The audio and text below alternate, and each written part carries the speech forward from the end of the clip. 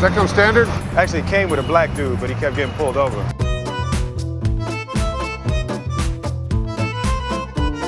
While filming Shark Attack 3, John Barrowman threw in a wildly inappropriate line as a joke, just to make his co-star laugh. He never expected it to make to the final cut, so he was just as shocked as anyone when it did. What do you say I take you home and eat your pussy?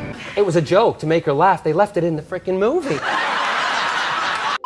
Though unconfirmed, one of the funniest moments in Deadpool and Wolverine likely came from pure improv. After Channing Tatum's Gambit delivers a hilariously unintelligibly St. line, We don't be knowing that it ain't coming off without that dome gonna come off with it. Deadpool snacks back with, So sorry, who is your dialect coach? The Minions? in Avengers: Age of Ultron, Hawkeye and Quicksilver clash early on. During a fight, after Quicksilver speeds by, Hawkeye jokingly pretends to aim at him, saying he could shoot at him and just blame Ultron.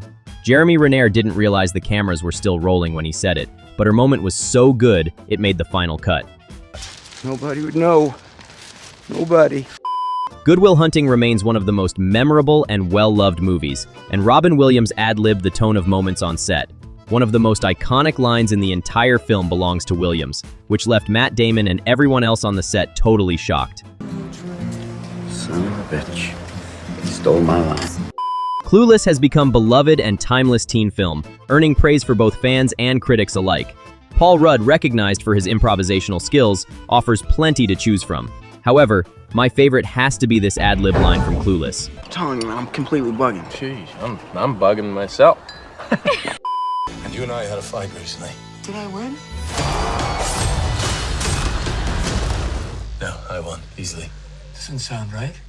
Some Marvel fans would argue that Thor Ragnarok isn't the best of the Marvel Cinematic Universe, despite being a pretty fun, but there is one scene that made it to the top of the most hilarious MCU moments. I am talking about this iconic Get Help scene. Hey, let's do Get Help.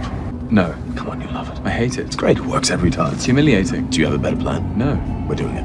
And apparently this scene was completely improvised by Chris Hemsworth and Tom Hiddleston, who were told to just wing it and came up with one of the funniest Marvel moments we ever seen on the big screen. Get help! My brother's dying! Get help! Help him! Classic. Pigging out in the Great Hall all this time. In Harry Potter and the Chamber of Secrets, Draco Malfoy forgot his line during shot and came up with this masterpiece on the spot. I didn't know you could read. It went so well that it made up to the final cut. In American Pie, Allison Hannigan's line when she climbs on top of Jim wasn't in the script.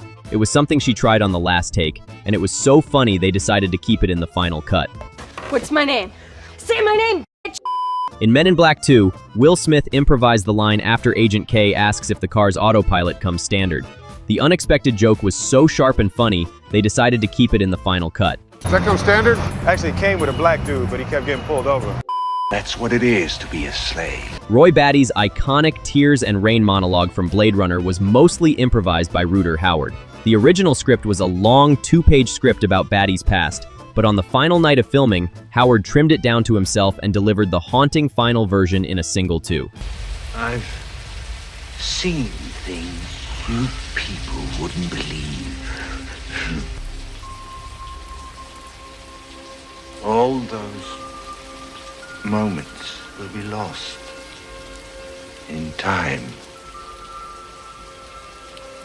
Like tears in rain. Warriors, come out to play.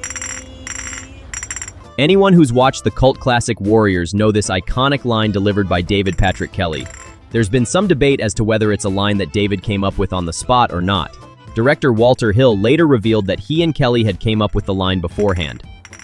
Warriors, come out to play.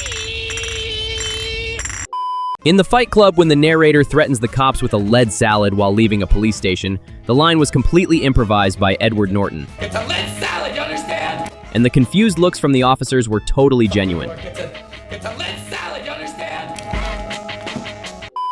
In Saving Private Ryan, Matt Damon ad-libbed Ryan's entire monologue about watching his brother with Ugly Girl in the farmhouse. Tom Hanks even glances to the side in surprise, reacting genuinely. The scene was not especially funny or dramatic, but that's exactly why the filmmakers kept it. It felt real. Picture a girl who just took a nosedive from the ugly tree and hit every branch coming down. In Star Wars A New Hope, right after returning from the big final, Luke runs up to Princess Leia and Mark Hamill yells her real name. Oh, well, if anyone from the IRS is watching, I forgot to file my... In Apollo 13, when Jack Swigert mentions he forgot to file his taxes before launch, Clint Howard, playing a mission control tech, says, "That's no joke. They'll jump on him." it was a nod to his own real-life IRS issues and got kept in the final cut. Several of Tuco's lines in The Good, the Bad, and the Ugly were ad-libbed by Eli Wallach. One of the most iconic came during the bathroom when he shoots an assassin mid-monologue and says, "When you have to shoot, shoot, don't talk." In Johnny English Strikes Again, there's a moment when Valuta unloads his gun on Johnny, who's protected by a suit of knight armor. After Valuta used up all his bullets and threw the gun, Rowan Atkinson came up with a funny line of the spot. "Don't worry, he's only got 6 bullets in that thing. And of course the thing itself." Marty Feldman's incredible performance as Elgor the Hunchback and Young Frankenstein is one of Mel Brooks' finest characters. But did you know the famous hump line was completely improvised? Perhaps I could help you with that hump. What hump? In Training Day, Denzel Washington shouted during the diner scene to catch Ethan Hawke off guard. The outburst wasn't scripted, and Hawke's surprised reaction was completely real. Boom! You never know. That's the point. In Ghostbusters, 1984, Dan Aykroyd's nervous reaction while staring up the haunted stairway wasn't in the script. He improvised the moment, and the director liked it so much, it stayed in the final cut. Hey, where these stairs go? They go up. In The Whole 9 Yards, Amanda Peet really twisted her ankle while walking down the hill. It wasn't in the script, but the director, Jonathan Lynn, liked the take so much that he kept it in the movie. It's a cute kid. Got definite potential. In Inside Man, Denzel Washington and Spike Lee had worked together so many times that Spike let him improvise. During a scene when Detective Frazier talks with a Sikh hostage, Denzel came up with the funny moment about racial profiling on the spot. Why can't I go anywhere without being harassed? I nearly lost my I bet you can get a cab, though. I guess that's one of the perks.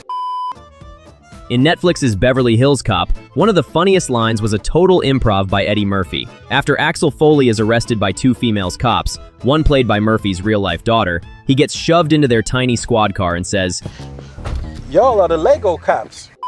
In The Wolf of Wall Street, Matthew McConaughey's chest-thumping ritual wasn't in the script. He improvised it on set, and Scorsese liked it so much that it became one of the film's most iconic moments.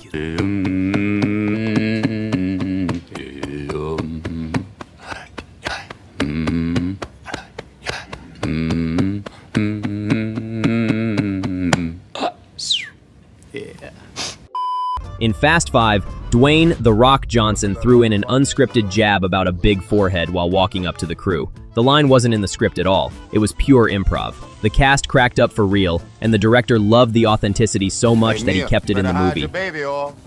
I'm just playing. You better hide that big ass forehead. I was just joking. Whatever.